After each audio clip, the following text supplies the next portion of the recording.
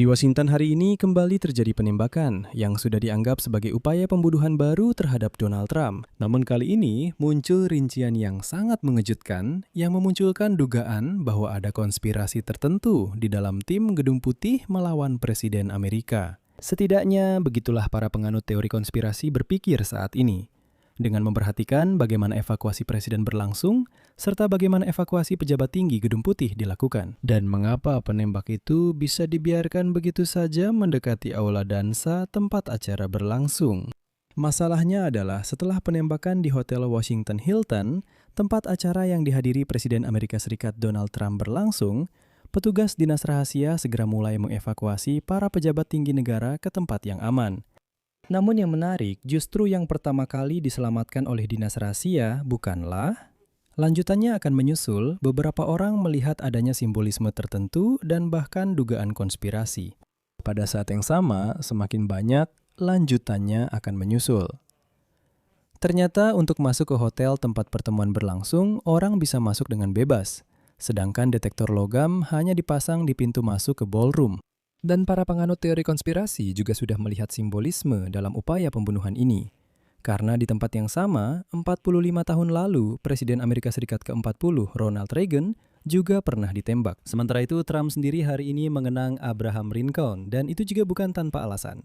Jadi mari kita bahas situasi ini sekarang, karena memang ada beberapa pertanyaan yang pasti muncul. Nama saya Alexei Peci, mari kita bahas topik ini bersama-sama.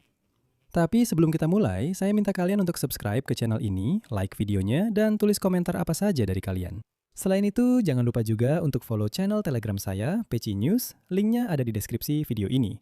Di sana, kami mempublikasikan berita-berita terbaru begitu kami menerimanya. Namun, selama acara hari ini, saya meminta agar semua orang Amerika berkomitmen kembali dengan kelanjutan mereka bersambung. Итак, сразу скажу, что все подробности о том, что именно и как именно происходило. Kelanjutan dari Donald Trump dengan perwakilan media di Washington akan saya ceritakan di episode berikutnya. Nah, kalau kalian tiba-tiba melewatkan berita, karena entah kenapa saya yakin di Telegram pun kalian sudah bisa secara garis besar memahami apa yang terjadi. Di episode ini kita akan membahas beberapa pertanyaan kontroversial seputar insiden ini. Singkatnya, Presiden Amerika Serikat Donald Trump dievakuasi secara mendadak dari acara makan malam bersama perwakilan media setelah terdengar suara tembakan. Lanjutannya menyusul. Insiden itu terjadi pada Sabtu malam saat acara resmi yang dihadiri oleh para jurnalis, yang secara tradisional berlangsung dengan format black tie di sebuah hotel di Washington. Di dekat ruangan tempat makan malam itu berlangsung, terdengar beberapa kali suara tembakan. Ternyata pelaku adalah seorang pria yang membawa senapan, pistol, dan pisau, mencoba menerobos penjagaan ke dalam aula pesta. Где и сидели Дональд Трамп, вся верхушка американская и, конечно же, гости. Как раз на входе к залу и были слышны эти выстрелы, после чего Трампа и всех высокопоставленных чиновников эвакуировали. Подозреваемый в стрельбе находится сейчас под... Dan setelah penembakan di Hotel Washington Hilton, tempat acara yang dihadiri Presiden Amerika Serikat Donald Trump berlangsung, akan ada kelanjutannya. Para pejabat tinggi negara mulai dievakuasi ke tempat yang aman. Namun yang menarik, justru bukan Presiden Donald Trump yang pertama kali diselamatkan oleh dinas rahasia, meskipun seharusnya dia adalah prioritas utama. Orang pertama yang dievakuasi dari ruangan adalah Wakil Presiden Amerika Serikat J.D. Vance. Presiden Donald Trump sendiri harus menunggu gilirannya untuk diselamatkan. Bersambung-bersambung, dan dalam video ini terlihat bahwa yang pertama diselamatkan bukanlah presiden, melainkan wakil presiden. Jika kita melihat videonya, kita akan melihat bahwa agen dinas keamanan pertama-tama mengevakuasi para pejabat tinggi negara. Nah, bagaimanapun terdengarnya, tapi para jurnalis benar-benar diabaikan. Orang pertama yang dibawa turun dari podium, tempat meja untuk Donald Trump dan pejabat pemerintahannya berada, oleh para agen adalah J.D. Vance. Trump sendiri tetap duduk di meja sampai pasukan khusus bersenjata berlari masuk dan berdiri di depannya, melindungi kepala negara dengan tubuh mereka. Baru setelah itu, Trump mulai dibawa ke belakang panggung podium. Pada saat itu, J.D. Vance sudah lama berada di tempat yang aman. Saat keluar, Presiden Amerika Serikat bahkan tersandung dan jatuh. Setidaknya begitulah yang terlihat dari luar.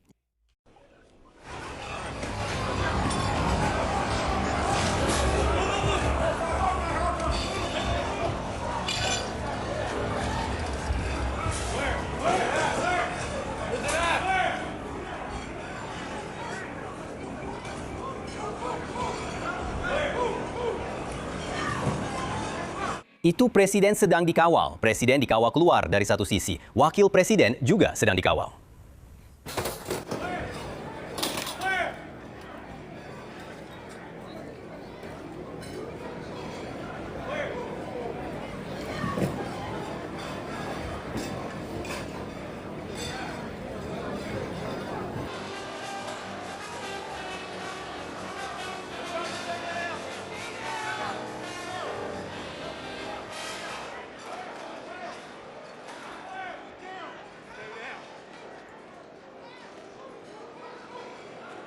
Dan tentu saja, sekarang di internet orang-orang mencari keanehan, karena wakil presiden dievakuasi lebih dulu daripada presiden. Nah, perilaku seperti itu dari dinas rahasia sebenarnya bisa punya penjelasan sederhana tanpa teori konspirasi apapun.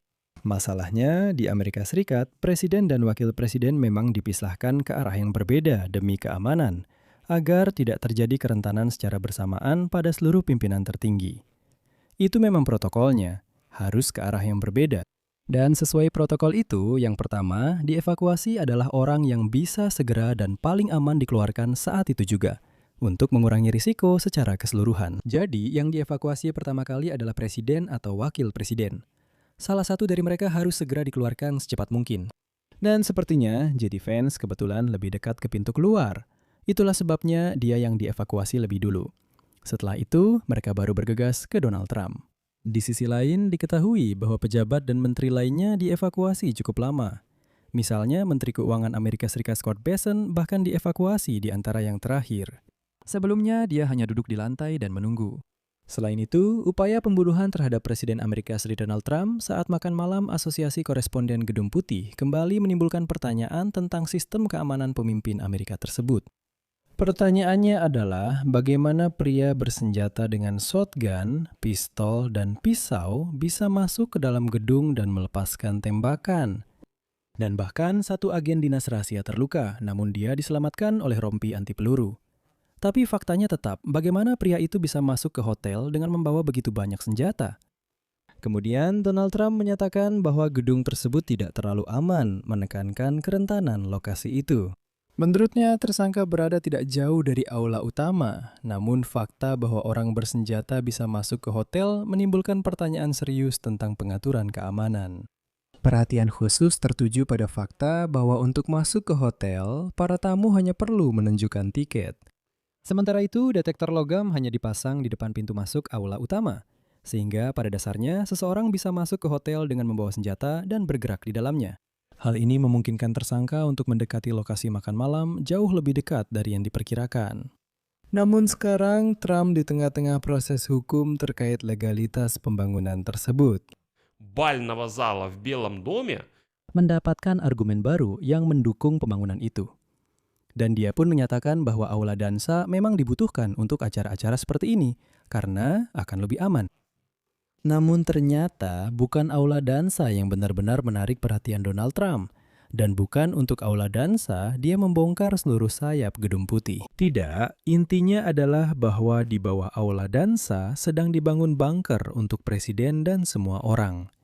Dan beberapa orang sudah menduga bahwa inilah tujuan sebenarnya dari renovasi Gedung Putih. Bahwa aula dansa itu hanya kedok, dan sebenarnya yang dibangun adalah bunker. Dan omong-omong, jangan berpikir ini teori konspirasi, ini adalah informasi terbuka. Tidak ada yang menyembunyikan bahwa di bawah aula dansa akan ada bunker baru. Saya ingin mencatat bahwa di tengah-tengah jamuan makan malam koresponden Gedung Putih di Hotel Washington Hilton terjadi penembakan. Di sini saya akan jelaskan secara singkat apa yang terjadi. Para tamu di bagian belakang aula dansa, tempat acara berlangsung, mengatakan bahwa mereka mendengar setidaknya 10 tembakan sebelum agen dinas rahasia muncul. Pelaku penembakan telah ditangkap dan ternyata adalah seorang guru sekolah berusia 31 tahun bernama Cole Thomas Allen. Saya akan membahas lebih lanjut tentang dia di edisi berikutnya. Dan disinilah muncul momen menarik lainnya. Donald Trump saat mengomentari insiden tersebut menyatakan bahwa itu adalah upaya pembunuhan terhadap dirinya. Padahal si penembak sendiri sama sekali tidak menyebut Presiden Amerika Serikat. Dia mengatakan bahwa sasarannya adalah anggota pemerintahan Trump. Dan disinilah yang paling menarik. Donald Trump kemudian membandingkan dirinya dengan Abraham Lincoln. Dan selanjutnya, saya akan mengutip pernyataannya yang menarik. Tahukah kalian, saya mempelajari tentang pembunuhan.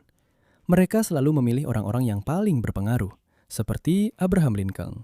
Mereka tidak mengganggu orang-orang yang tidak melakukan sesuatu yang istimewa. Tentu saja, saya tidak ingin mengatakan ini, tapi saya sudah melakukan banyak hal. Kita sudah melakukan banyak hal. Dan perbandingan ini juga menimbulkan pertanyaan tertentu. Sekarang para penganut teori konspirasi juga mencari kejanggalan di sini. Katanya, apakah ini bukan rekayasa dan sebagainya untuk meningkatkan status Presiden Amerika? Tapi selain pernyataan Donald Trump sendiri, ada satu detail menarik di sini, yaitu simbolisme. Faktanya, di tempat yang sama 45 tahun lalu, Presiden Amerika ke-40 Ronald Reagan ditembak. Saya ingatkan, pada tahun 1981, John Hinckley Jr. yang berusia 25 tahun menembak 6 kali. Salah satu peluru memantul dari limusin presiden dan mengenai Ronald Reagan di bawah lengan kirinya, serta menembus paru-parunya. Saat itu, Presiden Amerika Serikat dirawat di rumah sakit. Ia menjalani operasi dan dipulangkan setelah 12 hari. Dan sekarang, Donald Trump menyatakan bahwa dirinya sama hebatnya dengan para presiden besar yang terus-menerus ingin dibunuh orang. Di sini saya ingin mengingatkan banyak teman, jangan lupa untuk berlangganan kanal ini. Karena di episode berikutnya, jika kalian melewatkan berita utama, kami pasti akan membahasnya. Apa yang terjadi dan mengapa itu terjadi. Selain itu, tekan tombol lonceng dan jangan lupa untuk memberikan like. Jika Anda ingin mendukung kerja kanal YouTube ini, Anda bisa melakukannya dengan donasi melalui tautan dan informasi yang ada di deskripsi video ini atau melalui kode QR di layar Anda. Itu saja, jaga diri Anda. Sampai jumpa semuanya.